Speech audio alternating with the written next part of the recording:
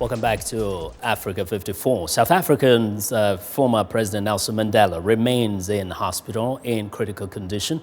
On Tuesday, his family listened as the Archbishop of Cape Town offered a prayer asking that the anti-apartheid icon be granted a peaceful, perfect end. Archbishop Thabo Mgoba visited Mr. Mandela at the Pretoria Hospital, where for nearly 3 weeks, the 94-year-old has been getting treatment for a lung infection. Relatives of Mr. Mandela gathered at his home Tuesday in Kunu in Eastern Cape Province to discuss what their family called important family matters, presumably related to his failing health.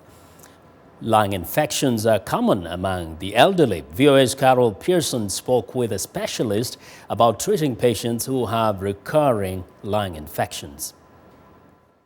South Africans and admirers around the world express their feelings for Nelson Mandela, the man identified with transforming South Africa from white minority rule to a multiracial democracy.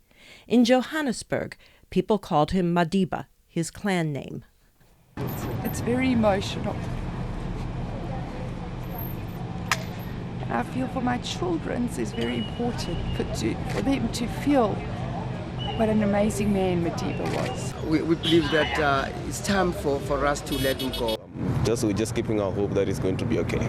Mr. Mandela suffered from lung infections during his 27 years in prison under apartheid. The infections he had over the past few years are commonly called pneumonia, whether they're caused by a virus or a bacteria.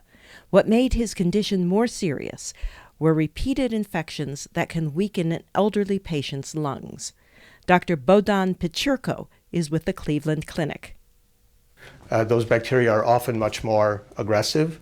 Often they are also resistant to antibiotics because over the years, elderly people will have had more exposure to antibiotics and have selected out resistant and stronger strains. Dr. Pichurko says treatments for the young are not always good for the elderly. Illness such as pneumonia puts a stress on other organ systems, and so we worry about worsening diabetes.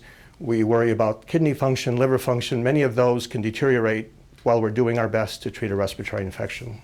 Dr. Pichurko says the decision to end treatment is never easy. The best decision is made in partnership between patient and doctor.